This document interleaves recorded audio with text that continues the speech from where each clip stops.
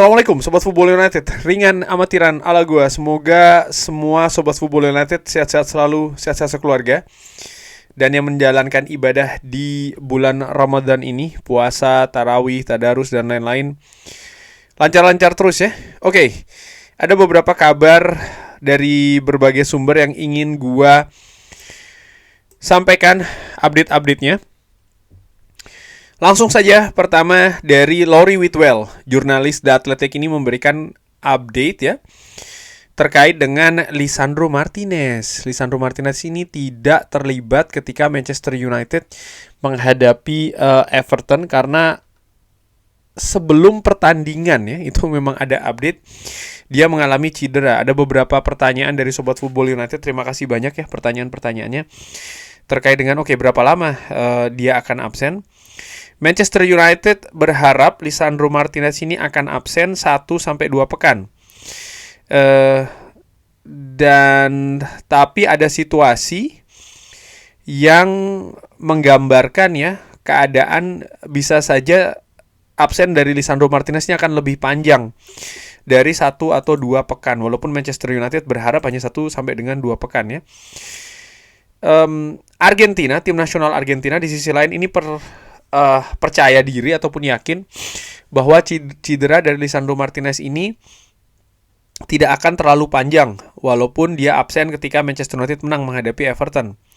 Lisandro Martinez tidak termasuk di dalam skuad Manchester United ketika menang menghadapi Everton di hari Senin karena ada ketidaknyamanan di salah satu ototnya ya.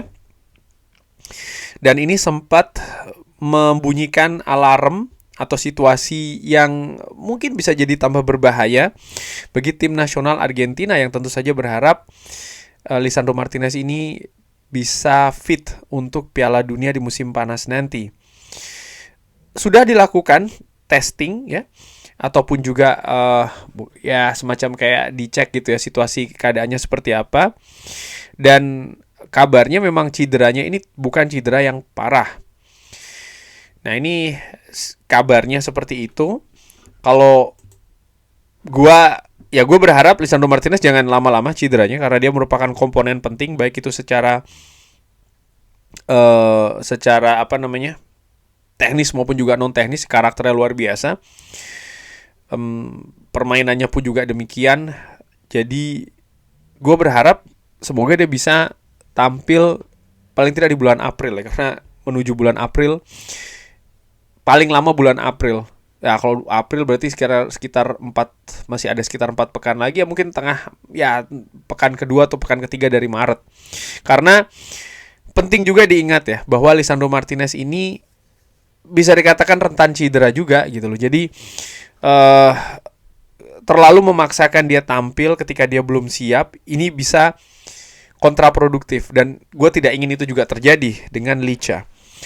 The Butcher from Amsterdam. Oke, kabar lainnya gua akan ke situasi tentang gua ada beberapa kabar, yaitu ini dulu aja deh dari Jakobsben, Grimaldo yang kabarnya disukai oleh Manchester United di bursa transfer musim panas tahun lalu ya.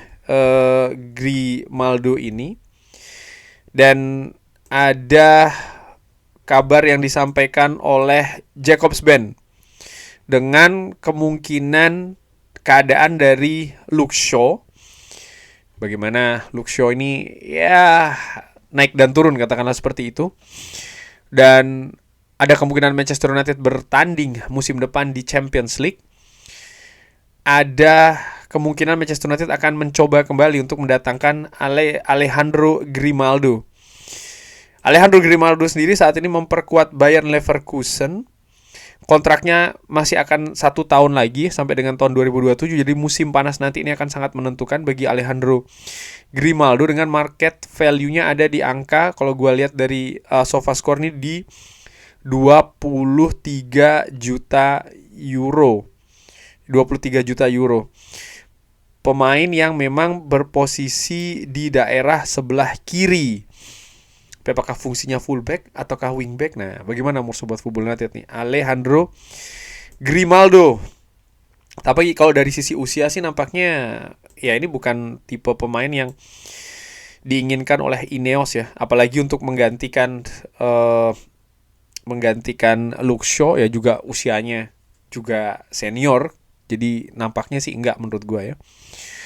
Pemain lain yang dikaitkan dengan Manchester United, Mike McGrath dari Daily Telegraph. Diomande ini disebutkan berharga atau valuasinya di angka 80 juta pounds. Manchester United, Tottenham, Liverpool, dan Bayern Munchen semuanya tertarik untuk mendatangkan Yan Diomande. Pemain yang masih berusia 19 tahun tapi angkanya sampai 85 juta. Bakatnya luar biasa, potensinya juga besar, tapi harganya menurut gua enggak sih. Karena Manchester United, jangan lupa ya Sobat Football United, Manchester United juga ada fokus di posisi lain, yaitu adalah di posisi lini tengah. Dan dengan menghabiskan uang terlalu banyak di posisi lainnya, menurut gua ini bukan keadaan yang ideal bagi Manchester United. Lalu kabar selanjutnya gua akan menyinggung terkait dengan kabar dari Marcus Rashford. Marcus Rashford disebutkan oleh Fabrizio Romano ya, hampir sepakat secara personal dengan Barcelona terkait dengan gaji tentu saja. Barcelona menginginkan Marcus Rashford, sudah dikomunikasikan dengan tegas.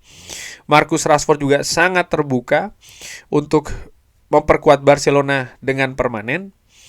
Situasinya sekarang lebih ke klub dan klub, artinya Barcelona dan Manchester United, karena Manchester United sudah punya kesepakatan ya waktu meminjamkan ke Barcelona, bagaimana Marcus Rashford dipinjamkan tanpa kewajiban membeli, tapi opsional, opsi, dan angkanya jelas 30 juta euro.